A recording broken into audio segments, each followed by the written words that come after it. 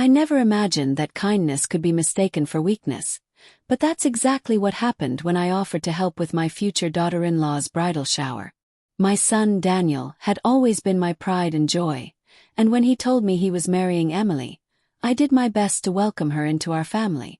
From the very beginning, Emily seemed a little distant with me, polite but cold, always keeping our conversations short and rarely looking me in the eyes. Still, I chalked it up to nerves or differences in personality, and I told myself that time would soften her rough edges. When the bridal shower plans started, I stepped in to help, because Daniel had mentioned money was tight, and Emily had expensive tastes. I didn't hesitate. I offered to pay for the venue, the catering, even the decorations. I wanted her to feel special, to know that she was marrying into a family who would support her. I booked a beautiful banquet hall, reserved her favorite foods, and even made arrangements for custom floral centerpieces. Everything was set to make it a day she could remember forever. The trouble began at a small planning meeting with her bridesmaids. I was sitting quietly at the corner of the table, sipping tea while Emily and her friends gossiped about colors, dresses, and who would be invited. I smiled to myself, enjoying the sight of her excitement, until I heard her voice cut sharp and dismissive, carrying words that pierced straight into my chest. "Well, we can't let her be in the middle of the photos," Emily whispered loudly enough for everyone to hear, gesturing toward me. "She's just too basic. I mean, look at her. She doesn't even know how to dress for something like this. I don't want my bridal shower to look cheap because of her." The room fell silent, and I felt every eye dart toward me, then away again in awkward pity.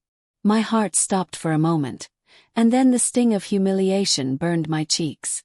I wanted to believe I misheard, that perhaps it wasn't directed at me, but the way Emily smirked and crossed her arms made it painfully clear she had meant every word. I sat frozen, my hands gripping the cup as tightly as I could, because if I didn't, I was sure I'd start shaking. I had spent weeks planning and paying for everything, only to be reduced to a word like basic. For a moment I thought I might cry, but instead something inside me hardened. I forced a small smile, nodded politely as if I hadn't heard, and excused myself from the table. No one stopped me. Not even Emily. Especially not Emily. When I got home that night, I replayed the scene over and over in my head. My son had no idea what had happened, and I wondered if I should tell him. But then I thought about how it would sound. His fiancée mocking me in front of others, calling me too basic for the very party I was paying for. Would he defend me, or would he defend her? The more I thought about it, the clearer it became. Emily had made a grave mistake. She had mistaken my kindness for weakness. She thought she could humiliate me, use me, and still reap the benefits of my generosity. But she had no idea who she was dealing with. I stayed up late that night, staring at the ceiling, my mind racing with anger and hurt. But beneath it all was something stronger, a determination, a quiet resolve. If Emily wanted to see me as insignificant, I would show her just how wrong she was. She thought she could take advantage of me, but she was about to learn that the woman she called basic held the keys to her perfect bridal shower. And with one decision, I could unravel it all. The next morning, I woke up with a pit in my stomach. My eyes felt heavy from lack of sleep, but my mind was sharp, fueled by the sting of Emily's words echoing in my head. Too basic. I had raised a son, managed a household, worked hard all my life, and done everything in my power to support those I loved. Yet to her, I was nothing more than an accessory she could dismiss with a cruel label. The humiliation lingered like a bruise, and every time I thought of the bridesmaids' awkward silence, it deepened. But with that humiliation came clarity. I wasn't going to sit quietly and allow myself to be treated as if I were disposable. Emily thought she had power over me, but in reality, I had already given her more than she deserved. I sat at my kitchen table, sipping coffee, staring at the folder with all the receipts from the bridal shower arrangements. Thousands of dollars spent on her big day. The deposit for the venue alone had been a small fortune. I had done it gladly, thinking it was for my son's happiness. But now I realized something I had been blind to before. Emily didn't see me as family. She saw me as a wallet, a stepping stone to get what she wanted. And if she was bold enough to insult me now, before the wedding, what would she do afterward? Would she pull Daniel away from me? Would she sneer at every holiday dinner, making me feel like an outsider in my own family? Well, I couldn't allow that. The phone rang around noon, and I nearly didn't answer, but curiosity got the better of me. It was Emily. Her voice was sweet, syrupy, almost fake as she chirped. "Hi. Just checking in about the centerpieces. You did confirm those, right?"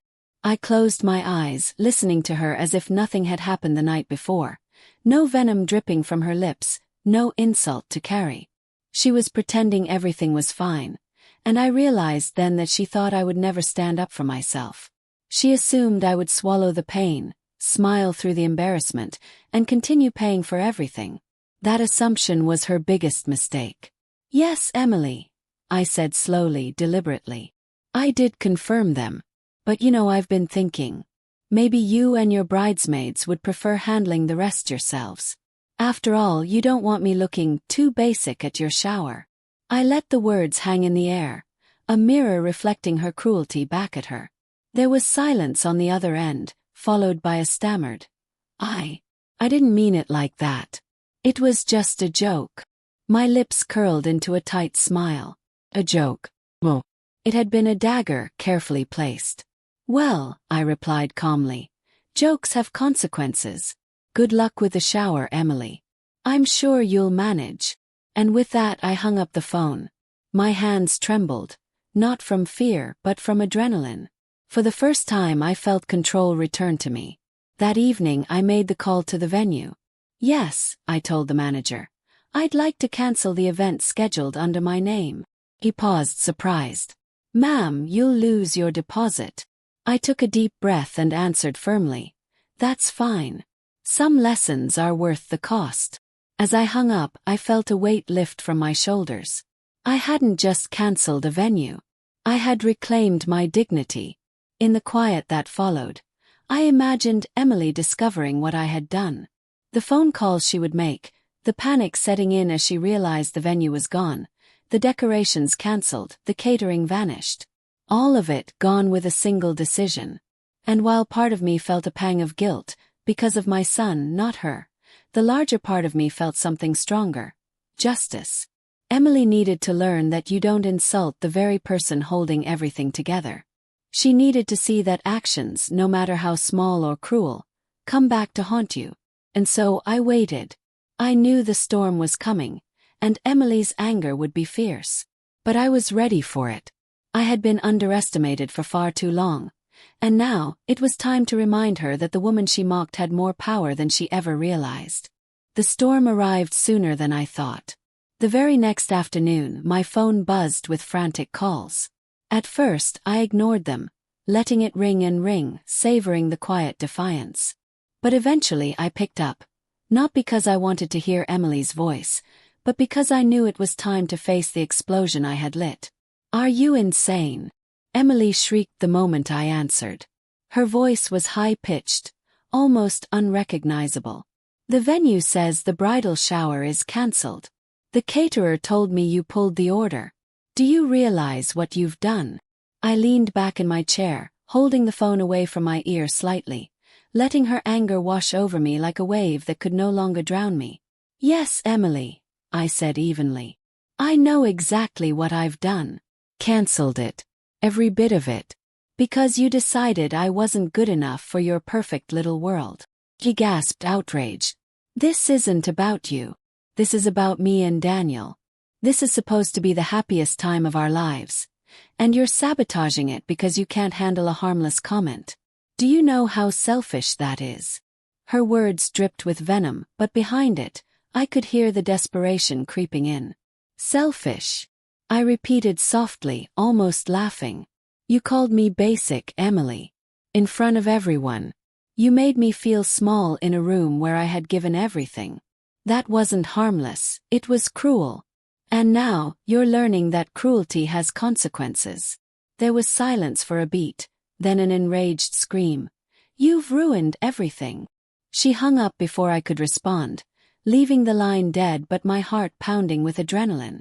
I thought that would be the end of it, but I underestimated just how much Emily valued control. Not even an hour later, my son, Daniel, showed up at my door. He looked flustered, his tie askew, his expression torn between anger and exhaustion. "Mom," he said sharply, stepping inside before I could invite him. "What did you do?" I closed the door quietly behind him. "I protected myself, Daniel. I cancelled the shower because your fiancé disrespected me." His face twisted in frustration. "You could have talked to me. Instead, you've embarrassed her in front of all her friends.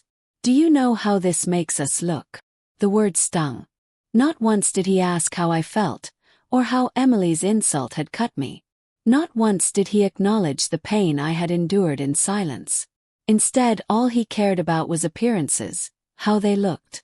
"I'm sorry you feel embarrassed," I said firmly, "but I won't be treated like a doormat, not by her and certainly not by you. I raised you to know better, Daniel. Do you really think it's okay for the woman you're about to marry to insult your mother?" He faltered, his lips parting but no words coming. For a moment I saw the boy I raised, the boy who once stood up for me on the playground when other kids laughed at my old car. But that boy was buried under layers of obligation and love for a woman who saw me as disposable. Finally he muttered, "She didn't mean it like that." That was the last straw. If she didn't mean it, Daniel, then why didn't she apologize? Why did she double down? And why are you here defending her instead of me? My voice trembled with equal parts anger and heartbreak. He had no answer. Instead, he rubbed his forehead, groaned in frustration and muttered, "You've made this so much harder than it needed to be." Then, without looking me in the eye, he turned and walked out the door. The silence afterward was deafening. I sat down, hands trembling, tears blurring my vision. I had always imagined I'd be my son's safe place, the one person he would defend no matter what. But now I realized something painful. In his eyes, Emily came first. And if I didn't stand my ground now, she would take him further and further away from me until I was nothing more than a ghost in his life. I wiped my tears and straightened my back. Well, I wouldn't let that happen. I had sacrificed too much, given too much. If Emily thought she could reduce me to nothing, she was about to learn that I had a strength she couldn't begin to comprehend. And if Daniel chose not to see it, that was his loss. The war had only just begun. The next few days were like living in the eye of a hurricane. I thought perhaps the storm had passed, that maybe Emily would swallow her pride, realize her mistake, and reach out with an apology. But I should have known better. Emily wasn't the type to admit fault. She was the type to double down, to twist the knife until it broke off inside the wound. I found out through whispers, not directly. One of the bridal shower guests, a kind neighbor I had known for years, called me late one evening. "I thought you should know," she said softly. "Emily's been telling people you cancelled because you're jealous. She's saying you couldn't handle seeing her happy, so you sabotaged the whole thing." The words made my stomach drop, not because they were true, but because they revealed just how ruthless Emily could be. Jealous of her. After everything I had provided. After all the sacrifices I had made for Daniel. It was laughable, and yet, there it was, spreading through the grapevine like poison. The next morning, I overheard two women whispering outside the grocery store as I loaded my car. "Did you hear? Daniel's mom tried to ruin Emily's shower." Imagine being so bitter at her age. Their pitying looks cut deeper than I expected. I clenched my fists, forcing myself to breathe, reminding myself that their ignorance wasn't my burden to carry. Still, the humiliation simmered like acid in my veins. That evening, Daniel called again. His voice was sharp, full of frustration. "Emily says you're turning people against her. She's crying, Mom. Do you know how hard this is for her?" I nearly dropped the phone. "She's crying. Daniel, she's the one smearing me across town. She called me basic, humiliated me in front of everyone. And now she's painting me as the villain because I dared to defend myself. And you're letting her." There was silence on the other end, heavy and suffocating. When Daniel finally spoke, his voice was flat. "You need to fix this. She's my future wife, Mom. If you care about me, you'll stop. The words shattered something inside me. If I cared about him. I had cared about him since the moment I first held him in my arms, since the sleepless nights, the scraped knees, the late-night study sessions, the sacrifices no one ever saw. And now, all of it was being reduced to this ultimatum. Choose silence or lose him. That night, I sat in the dark, staring at the ceiling, my heart pounding with a mixture of sorrow and rage. I had always believed love was enough, that my son's love for me would outweigh any outsider's influence. But love alone wasn't enough to stand against manipulation, and Emily knew exactly how to play her cards. She had Daniel wrapped around her finger, blind to her cruelty, deaf to my pain. But I wasn't going to crumble. Well, Emily thought she was winning because she could spin stories, because she could play the victim. But I had something she didn't. Resilience born from years of hardship, from carrying burdens she couldn't even imagine. And as I sat there in the dark, a quiet thought began to take root in my mind. I didn't have to fight Emily on her battlefield. I didn't need to scream louder or beg for Daniel's attention. No, I could change the game entirely. Emily thought she was building her future on my generosity, on the foundation I had laid for them. What she didn't realize was that the very ground she stood on belonged to me. For the first time in weeks I smiled. Let her gossip. Let her smear my name. Because when the time came, she'd realize that the woman she thought was basic held the power to pull the rug right out from under her. The war wasn't over. In fact, it was just beginning. I sat in my car outside the bridal venue, staring at the glossy sign that read, "Forever Memories Banquet Hall." The irony wasn't lost on me. I had booked this place months ago, carefully budgeting, making sure everything would be perfect for her special day. Not because I had to, but because I wanted to. She was my best friend, or at least I thought she was. But now, her words echoed in my head like poison. "You're too basic for my bridal shower. Maybe sit this one out." Basic. After everything I had done. After the countless nights staying up late helping her choose colors, tasting cakes, reviewing guest lists, and even putting down my own money when her budget ran short. I clenched the steering wheel. I could feel the heat rising in my chest. My heart wasn't just broken, it was on fire with betrayal. I remembered the day she called me crying, saying her dream venue was booked. I pulled some strings, called in favors, and somehow secured it. I paid the deposit. She hugged me that night, saying I was her rock.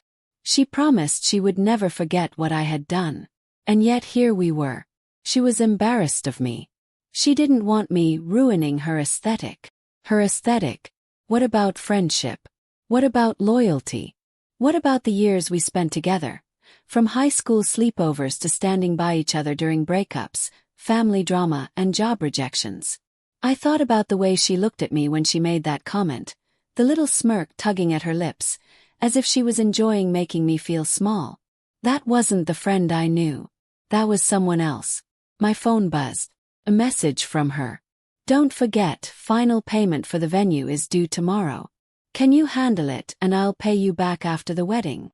I laughed out loud, but it wasn't a happy laugh. It was the kind of laugh that comes right before tears. She didn't even have the decency to call me.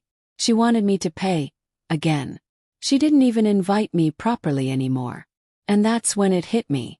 She didn't see me as a best friend. She saw me as her wallet, her backup plan, her safety net. And I was done being that. The next morning I walked straight into the venue office. The manager greeted me warmly. "Are you here to finalize the bridal shower booking?" she asked. Smiled. But it wasn't the smile of excitement. It was the smile of someone who had finally made a decision. "No," I said firmly. "I'm here to cancel it." The manager looked surprised. "Cancel? But the date is only 2 weeks away." "Yes, cancel it. Effective immediately. Send the refund to my account." Paid for it. And I'm no longer hosting this event. The click of her keyboard was like music to my ears. Each keystroke sounded like freedom. That evening my phone exploded with calls and texts. First confusion. Then anger. "Why would you do this?" she screamed over the phone. You ruined everything. Everyone is going to hate me. What am I supposed to tell my guests? I took a deep breath. Tell them the truth, I replied calmly. Tell them your basic friend decided she didn't want to be used anymore. Tell them you lost the person who actually cared. There was silence on the other end. Then, a strangled sob before she hung up. For the first time in months I felt at peace. I wasn't her backup anymore. I wasn't her safety net. I wasn't her doormat. I was free. And she was left to plan her perfect aesthetic bridal shower without the one person who had always stood by her side. Maybe that was basic to her. But to me, that was strength. The silence after she hung up was almost deafening. My phone screen glowed with her name, but I didn't feel the urge to call back. For once, I didn't feel guilty. For once, I felt relieved. But relief doesn't last long when betrayal runs deep. That night, the messages began pouring in. Friends from our circle, people I had laughed with at dinners and hugged at parties, were suddenly attacking me. How could you do this to her? You ruined her big day. She trusted you. I stared at my phone in disbelief. Trusted me. Well, she used me. But of course, she had already spun her story. She was the victim now, painting me as the jealous friend who couldn't handle being left behind. I almost laughed at how quickly the mask fell. The girl who once called me her sister, who once promised we'd grow old together, was now publicly shaming me for sabotaging her happiness. The next day I went for a walk. I needed fresh air, a moment to breathe. But even then I couldn't escape it. My phone buzzed again, another group chat lighting up. This time it wasn't anger. It was whispers. One message stood out. Honestly, I always thought she was taking advantage of you. Froze. Another followed.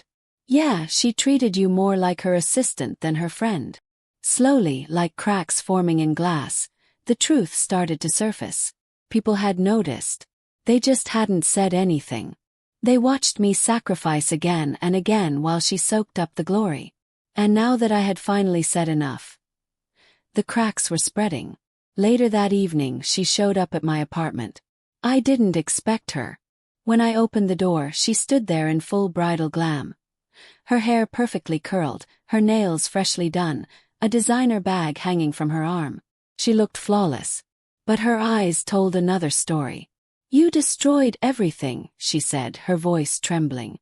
No, I replied, calm but firm. I destroyed your illusion. You don't get to use me anymore.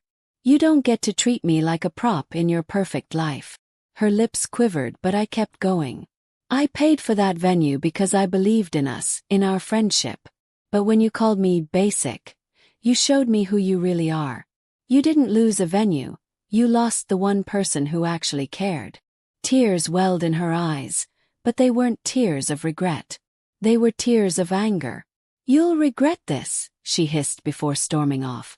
But I didn't regret it. Not for a second. Over the next week, something unexpected happened. One by one, people started reaching out, privately, quietly. I'm proud of you for standing up for yourself. She's been selfish for years. I'm glad someone finally told her no. You're stronger than you think. It turned out, the narrative she tried to spin didn't hold for long.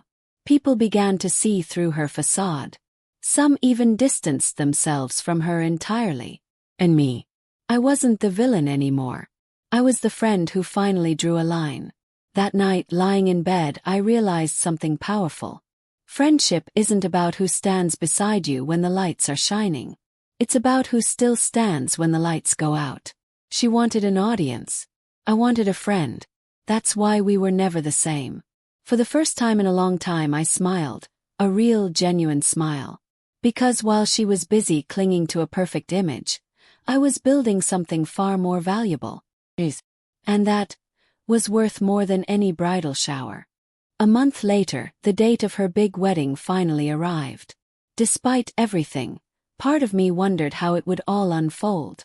Would she walk down the aisle with that smug look of victory, pretending nothing had happened? Or would the cracks that had already begun to show finally shatter her perfect image? I didn't plan to go. My invitation had already been revoked, of course. But news travels fast, and in our town, no event spread faster than a scandal at a wedding.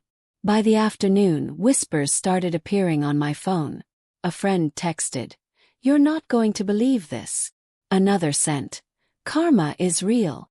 Curiosity got the better of me. I called one of the girls who had been close to both of us. She picked up immediately, her voice filled with excitement. "You won't believe what's happening," she said. "The groom's family is furious. They found out she's been lying about the expenses. She told them she paid for the venue, the catering, everything. But when they dug deeper, they realized it was you who booked the place in the first place." I almost dropped the phone. My jaw clenched.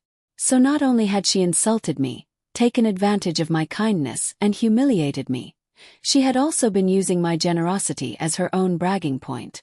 Apparently, when the truth came out, her carefully curated story collapsed. The groom's parents confronted her right there, in front of the bridal party. Guests whispered, shock rippled across the room, and suddenly, the fairy tale wedding began to unravel. "She's throwing a fit," my friend whispered through the phone. "She's screaming at everyone, blaming you, blaming the planner, blaming anyone she can." I leaned back in my chair, letting out a slow breath. For the first time in weeks, I didn't feel heavy. Felt light. Like the burden of years of one-sided loyalty had finally lifted. By evening, the full story hit social media. Pictures, videos, half-shared truths. The bride had stormed out of her own reception.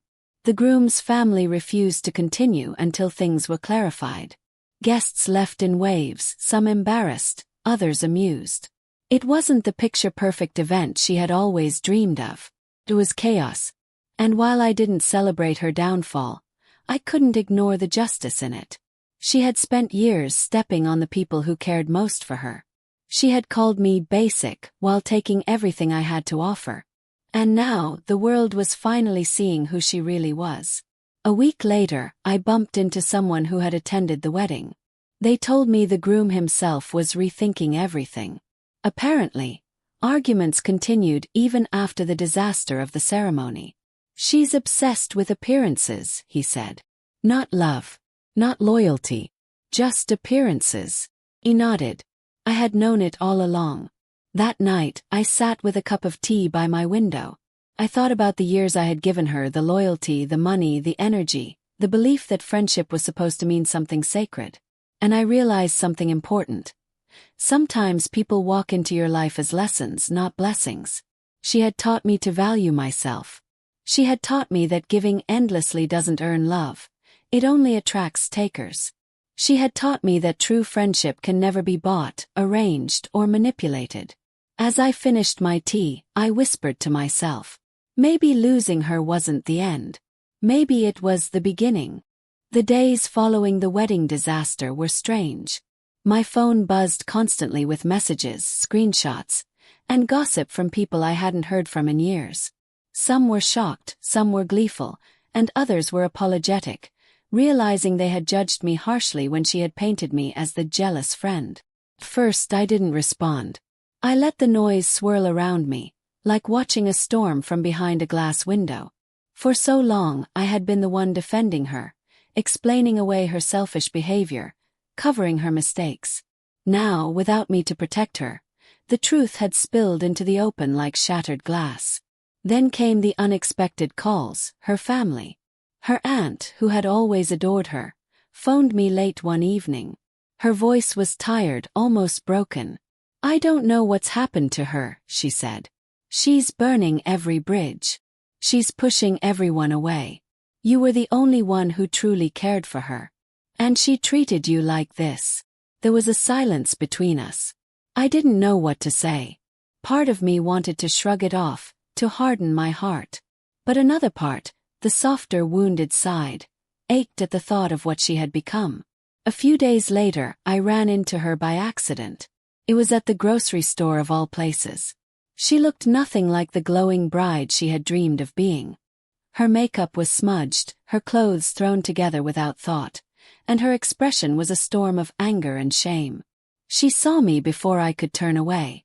For a moment, her eyes softened, as though she wanted to say something, an apology maybe, or even just acknowledgement of what had happened. But then, like a curtain falling over her face, the hardness returned. She walked past me without a word. I stood frozen in the aisle, holding a basket I suddenly didn't care about. My chest ached, but not from sadness anymore. It was from the clarity that had finally settled over me. She wasn't going to change. Not for me. Not for anyone. And that realization, as painful as it was, felt like freedom. The weeks that followed were quieter. My circle grew smaller but stronger. People who had stayed silent before began reaching out, admitting they had seen red flags in her behavior too, but had been too afraid to speak. It amazed me how many lives she had touched with the same false charm she had used on me. Yet, through all the noise, I found peace in the stillness of my own company. I started doing things I had put off for years. Joining a painting class, reading in the park, cooking meals that made me feel nourished instead of rushed. It was as if a weight had been lifted, not just from my shoulders, but from my soul. But life has a strange way of testing you just when you think you've healed. One evening, as I sat scrolling through messages, I received a long text from her. It wasn't an apology. Not exactly. It was more of a plea. She blamed the stress, the pressure, the expectations. She said she hadn't meant to hurt me. She said she missed me. I stared at the screen for a long time, my fingers hovering over the keyboard. For years, I had dreamed of this moment, the moment she would finally admit that I had mattered. But now that it was here, it didn't feel like I thought it would. Because the truth was, I didn't need her validation anymore. So, I typed back only one sentence. I hope you find the peace you're searching for. Then I set the phone down, exhaled, and closed my eyes. It wasn't anger. It wasn't revenge. It was closure. And for the first time in a long, long while, I felt whole. In the weeks that followed, life slowly began to settle into a rhythm that felt completely unfamiliar, and yet deeply comforting. For years, my world had revolved around her. Her crises, her demands, her moods, her needs. I had allowed myself to shrink into the role of the supporting character in her story, forgetting that I had one of my own to write. But now, without her constant presence, I felt something I hadn't experienced in a long time. Space. First, it was terrifying. The silence of my phone, the empty calendar where her endless plans and obligations once lived. It all made me uneasy. I would catch myself reaching for my phone to check on her, only to remember there was no reason to. That tug of habit was like a phantom limb, a reminder of how deeply I had been entangled in her chaos. But as the days turned into weeks, the silence became less of a void and more of a gift. I began filling that space with things that actually mattered to me.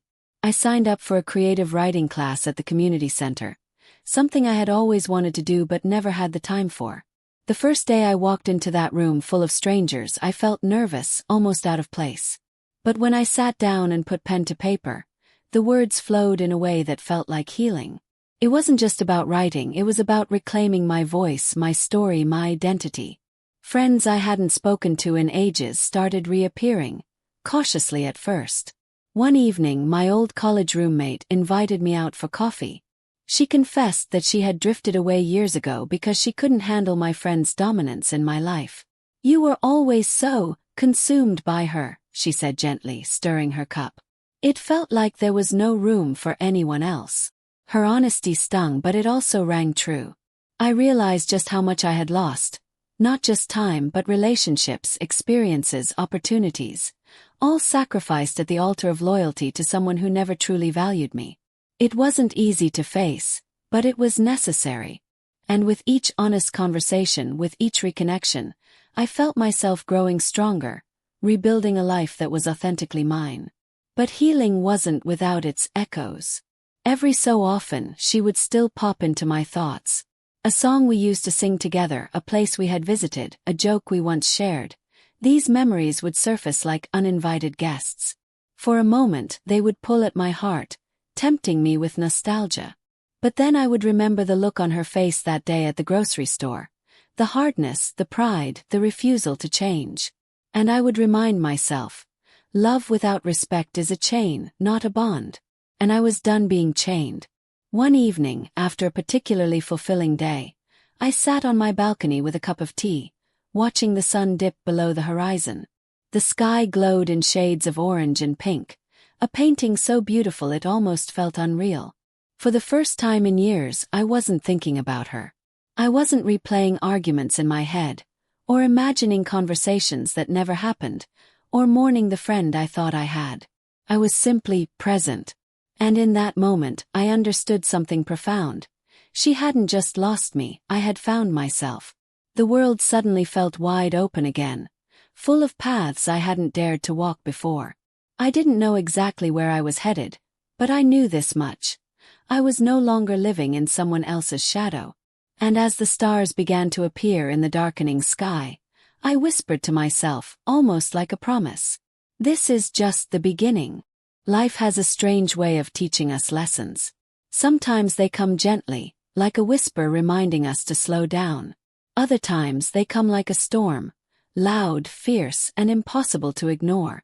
My lesson came through years of misplaced loyalty, endless sacrifices, and blind devotion to someone who, in the end, saw me as nothing more than disposable. But what she intended as my downfall became my rebirth. Months after the bridal shower incident, I heard through mutual acquaintances that she was struggling. The grand image she had tried so hard to project had begun to crack. The friends she had surrounded herself with for status and approval had drifted away.